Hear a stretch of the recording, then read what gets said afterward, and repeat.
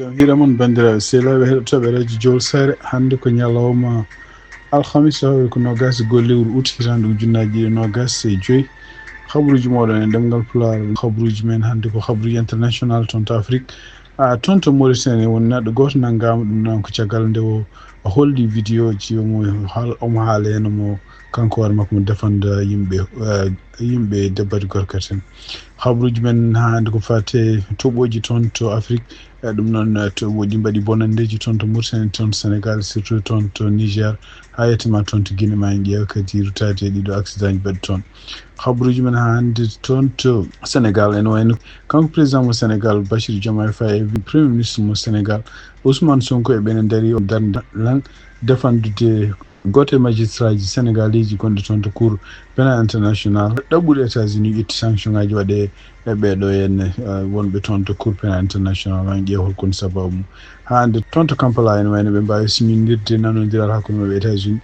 pour jabde yimɓe riweteɓe itteɓe États-Unis beele ene mbawi addede toon to Kampala cakkitorɗen habaruji men ko jokkodirde Tidiane Niang ha toon to Mauritanie wawa kalkude hen ko fate coftal ɓalɗi ɗum woni titre uji men ɓurɗi mawnude oɗo journal min mbaɗan toon hande ɗemgal Pulaar manji gatu joni joni jañinen ɗiɗo titre uji radio jowarnade ha leydi Canada ha Amérique ha France ha Sénégal ha Portugal ha Cameroun Afrique Amérique ono fof deftere radio jowol garaje bandiraɓe sehlaɓe heɗotoɓe radio jowol sare giɗoɗen kabaruji men ko toon to Mauritanie tumnade kadi e journal biyeteɗo Chems Marif ono neɗɗo goto kañum hoore mum takkaɗo wonde ko won vidéo ji ɗi o neldi e médias sociaux ji e ɗiɗon vidéo ji kadi omo yetta hen walla omo defande hen e yimɓe debbati gorkata en toon to Mauritanie ɗum noon e tugnade hande ko yalti e oɗo journal ɓe mbi tugnade hande e habaruji ɓe joguiɗi habaruji kadi taw ummi ko toon to journal biyeteɗo Mourasilun ene wayno ko kanko nanga ko sababu ɗiɗon vidéo ji ngolɗo nanngugol kadi ari oɗon saaha mo kamɓe datiɓe Mauritanie ɓe continoɗo sa joni tinnude rentinde yimɓe ɗe gueɗe ɗe ganduɗa ɗen postata e nder médias sociaux ji ɗum noon ko gueɗe ɗe ganduɗa haalluji walla gueɗe ɗe ganduɗa lundiɗe aadaji ɗum noon ko wawi wonde fof ene wayno ko jeeɗa e nanngol makko o tan kanko oɗo e yimɓe ɗiɗo waɗa ɓe nanggama kadi taw ko nanga toon koto commissariat Tafax 3 e ɓeɗon kadi mbiya kadi kañum hoore mum ko mbaɗi vidéo ji kadi mbaɗa ko fati ene gueɗe debbati gorkata en ɓeɗon yimɓe tuumaɓe nanggaɓe oɗo sa joni ene wayno ɓe transfert ama toon to Nouadhibou pour enquête on continue toon ɗum tumnade hande e journal Chems Marif habaruji men ha hande toon to Mauritanie hande siftinton tan ko hanki en haalnomo wonde ko gendarmerie national mo Mauritanie wawino nanggude laana ka kadi ko yimɓe ɗum ponno jolde hen ɗum noon hande haalno ɗum ko journal marocain goto biyeteɗo Madar ɗum noon hande ene wayno ko toon to Sénégal toon to Bargny ene wayno kene wiye temedere yimɓe jatato neɗɗo nanggama toon nangga kadi ko e oɗon saaha de mi poti kamɓe koye mabɓe jolde laaɗi toon faade toon to oro tugnade hande habaruji gumriɗi toon to journal biyeteɗo Dakar Actualité ɓeɗon yimɓe nanggaɓe ɗum noon nanguita kadi ko caggal nde organisateur uji ɗiɗi yimɓe ɓe ganduɗa waɗannoɓe ɗeɗon ɗalle jiisa ɓeɗon yimɓe ɓe ballanno pour jolde ɗe ɗiɗon batuji ne waɗi yimɓe hewɓe kene wona temedere yimɓe jatato hen 75 koye yimɓe Sénégal naaɓe 31 neɗɗo ko Guinée najo yimɓe ɗiɗi ko Mali naɓe e neɗɗo goto Nigérian najo ɗumnade hande habaruji gumriɗi e oɗo journal Dakar Actualité ɓeɗo yimɓe nangga e foof mbi wonde goto mum foof yooɓi kene wona 300 000 ha 600 000 francs CFA pour wawde beele kañum hoore mum beele ne dañi jolde ɗeɗo laaɗi dugnade hande journal ko wi wonde ko ene wayno ko woni mabɓe taw déjà jooli e laaɗe ɗe ene ko takken balɗe ɗiɗi déjà ne goni e laaɗe panno ko carburant pour beele eɓe jaaha hen ko ɗum woni donc caggal nde haareji mbaɗi hakkude mabɓe kamɓe wonnoɓe ɗeɗon laaɗi ko ɗum waɗi dadiɓe toon to Sénégal jiiti oɗo complot nangui laande tugnade hande article o ene wayno ko ɓeɗo yimɓe nangga foof hen 97 nangga déjà taw déjà joole laaɗi kono hen 33 nangga poste police Bargny kañumen koyemumen gonno ko oɗon faadi toon to tufde pour jolde laaɗe hande toon to Sénégal e Mauritanie tugnade kadi ko andano hono kamɓe OMVS organisation pour la mise en valeur du fleuve Sénégal ene wayno ko rentinino ɗeɗo oɗo dumunno fof wiide wonde won guure won surtout guure gonɗe toon to Mauritanie koko ndentina tungna hande ko kal yimbi ko gure de ko wayno guray wuro woten guray woni koye département Gabu ɗum noon ko toon to Guidimak e wuro wiyetego Tunde Siwe woni ko département Magama toon to Kayɗe ɗeɗo gure ɗo sibabunde toɓoji kewi sibabunde kadi maayo ngo ilam ɗam heewi no fewi no wayno taarimi ɗeɗon gure donc ɗeɗon gure no wayno oɗo sa joni ko gonno koye ko mbiyata dentingol alay sago kala gonno toon yo yalto dentingol gon kadi ene wayno ari gure goɗɗe taw ko takkiɗe maayo toon to Sénégal ko wayno Matam e ko wayno Bakel organisation pour la mise en valeur du fleuve Sénégal ha hande ɓe dentini gure gonɗe e dande maayo ɗe yo ndento par ce que maayo ngo no jogori ƴirrude hikka ni ha nek ɓuura bonde no wano rawani ni kadi toɓoji nene continue oɗo sa joni ene wayno koye hakkunde ndungu wona toon to diwan dande maayo Sénégal andi ko fati toɓoji en accident bonɗo kadi waɗi toon to Benin ɗum noon ene wayno ko accident baɗɗo waɗi ken won 54 neɗɗo maayi ɗum noon ko bis goto ko compagnie Niger jeyno ɗum compagnie biyeteɗo STM kañum yanno ɗum noon yani koye caggal nde fergiti e pont yane maayo woto wiide wome oɗo accident noon waɗi ko hakkude 16 e 17 lewru août hitande ujunnaji ɗiɗi e nogas joyyi e waɗi kadi ko toon to wiyete Thio ɗum noon ko commune de Glasgow tunade hande article bindaɗo to panews waɗi ɗum taw ko émission française e mbi donc yimɓe 53 maayi kono noon yimɓe jeanayo mbawi koye mumen dandede e oɗo accident ɗum noon hande tungnade article o ene wayno accident oɗo bis kadi waɗi toon ko toon to Benin donc bis on wonno ken won 50 en jiiɗi neɗɗo taw hen 50 ko yimɓe jeeɓe toon to Niger e yimɓe ɗiɗo étranger ji e yimɓe ɗiɗo étranger ji donc hande tungnade article o ene wayno ko woni sababuji gongira e gonga oɗo accident woni hande koye enquête kono noon eɓe tuumi tan wonde ko oɗo oto yani ko periɗo hunde e ɗon ɗo no pont ko yana e ndiyam toon to Guinée Conakry aussi ene wayno ko 15 neɗɗo maayi toon ɗum noon ko caggal nde taato waɗi toon ɗum noon ko caggal toɓoji kewɗi mbannoji toon to nokku komo waɗɗani Conakry ɗum noon capital Guinée tungnade hande article mo radio France international haali ene wayno sibabude toɓoji kewɗi e sibabude kadi oɗon nokku ko nokku kaɗanoɗo hay goto oto won hen nokku kadi gonɗo toon ɗum mbiyata commune Mania ɗum noon ko nokku mo waɗɗani ɗum fewi capital Guinée e mbi wonde ko sibabude toɓoji nden leydi ndi no watti tadde kadi watti dillude koɗɗanɗe gonnoɗe e oɗon nokku sibabude woni koye nokku towɗo kadi koye leskaji woni kañum fof regi ɗum waɗi yimɓe heɓe maayi hen ken won 15 neɗɗo maayi hen ɗum noon hande wi wonde ko waɗi kadi yimɓe 10 gañiɓe e ɓeɗon yimɓe 10 gañiɓe kadi nawama toon to hôpital Koyowa ɗum noon ko wuro won ko ngo waɗɗani ɗon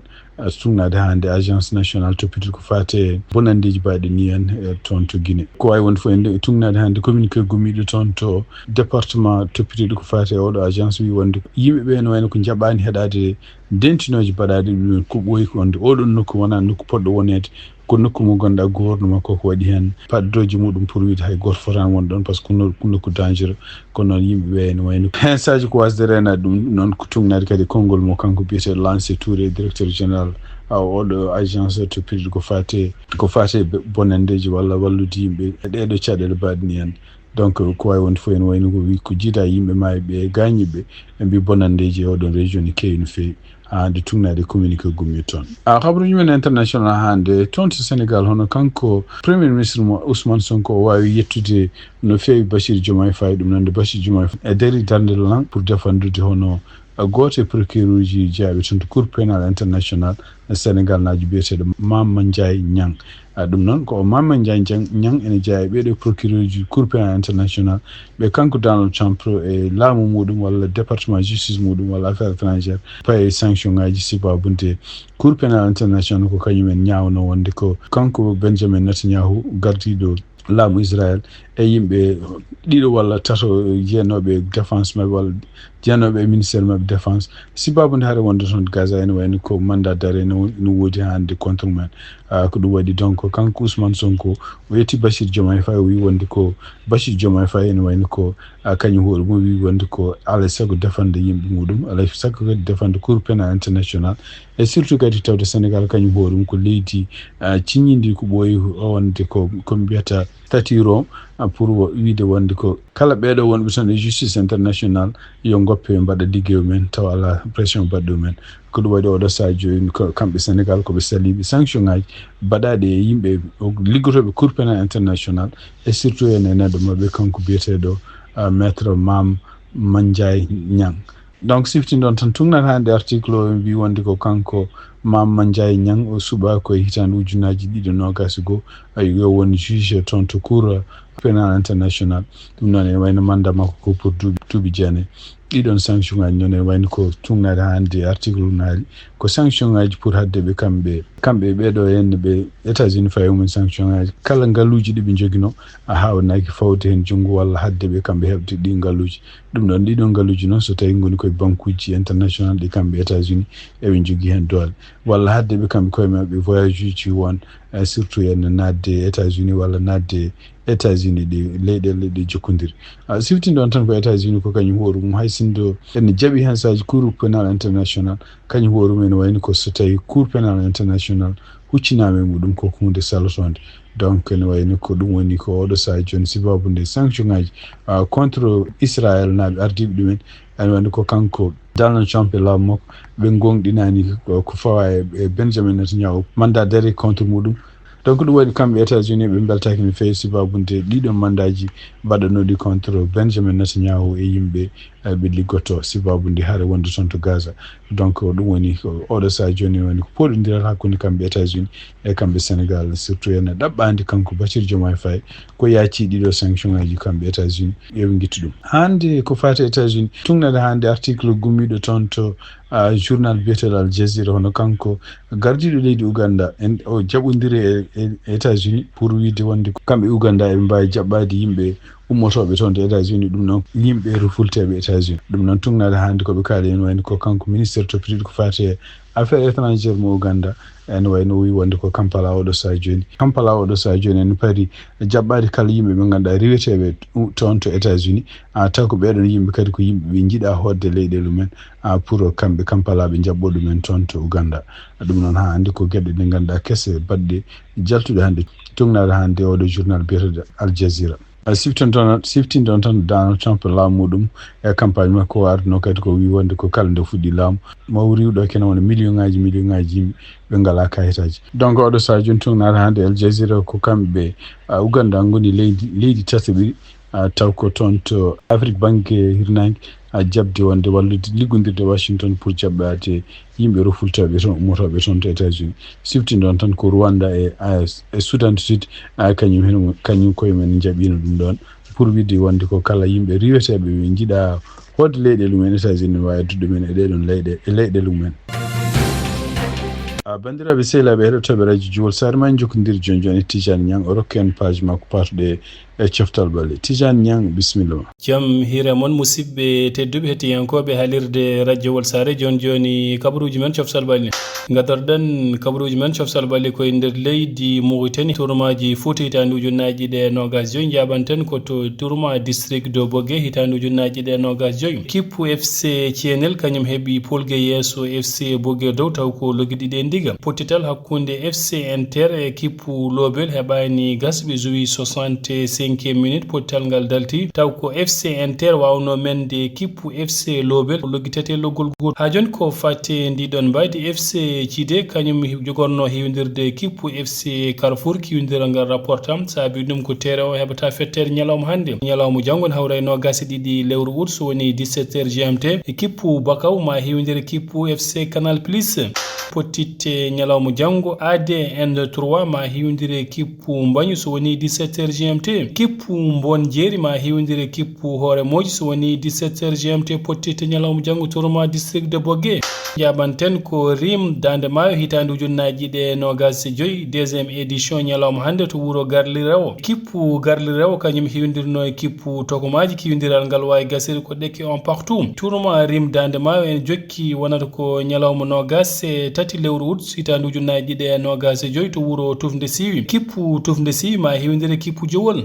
tourma sukaɓe yaroɓe duuɓi 19 to ganki hitande ujunnaji ɗe nogas joyyi jaabi hatirde ñalawma hande Kippu Hayre Mbar kañum hiwdirno e Kippu Tuldemo Dubango kiwdiral ngal wawno gasir ko ɗekki 00 tuma nde pay faw petta ko Kippu Hayre Mbar wawi hebde polgu tourma jingi hitandu ujunnaji ɗe nogas joyi jokkodirene Iba Bilali Sall hokken jencuɗi pottitte ñalawma hannde hay pottitte ñalawma janggo ko noon tigui championnat jingi jeeri 2025 ene jokkiɗo e stade Woynde Bourmo jingi jeeri Tumbere alhamisa hannde ne hawre 21 août 2025 jaggodirno ko FC Yakare kam e FC aran gueɗal ma ko aran gueɗal ma fi FC Yakare 1-0 tawi marki biɗo ko on bitoɗo Yakuba Ba mo yontande noddirta e style janggo aljuma nogas ɗiɗi août 2025 so Allah jaabima jogori jaggodirde ko FC Tuɗe Haasi kam e FC Yurno Jiya wonno ko Iba Bilali Sall depuis le stade Woynde Bourmo jingi jeeri Tumbere radio Jowol Sare ñalawma janggo aljuma pottitte ɗiɗi quart de finale CHAN hitande ujunnaji ɗe nogas joyi ma fuɗɗo pottal 16h GMT Kenya ma hiwdire Madagascar 19h GMT pays organisateur Tanzanie ma hiwdire équipe Maroc championnat ji dunde Europe ma puɗɗi to ñalawma janggo aljuma gadorɗen ko championnat mo leydi France Ligue 1 sowoni 18h45 GMT Paris Saint-Germain ma hiwdire équipe Angers ko siftinde bandiraɓe ñalawma janggo to Parc des Princes wono jouruji Paris Saint-Germain ha staff o mabɓe kolliɗ ko fate trophée ji ɗiɓe mbawno hebde hitande ɓennunde foof championnat mo leydi Angleterre pottitte ñalawma janggo aljuma West Ham ma hiwdire équipe Chelsea 19h GMT championnat mo leydi Espagne pottital ñalawma janggo match avancé 19h30 Betis Séville ma hiwdire équipe Deportivo Alavés Bundesliga championnat mo leydi Allemagne ñalawma janggo match avancé 18h30 GMT Bayern de Munich ma hiwdire équipe RB Leipzig pottitte championnat ji dunde Europe ene jokki ñalawma A7 soni 15h GMT Olympique de Marseille ma hiwdire équipe Paris FC Arsenal ma hiwdire équipe Leeds United ñalawma A7 16h30 GMT championnat mo leydi Espagne ñalawma A7 soni 19h30 GMT FC Barcelone ma hiwdire équipe Levante kabaruji men cofsal balli ko ɗo kaadi en calmini hettiyankoɓe haalirde radio Wolto mbawi wonde fof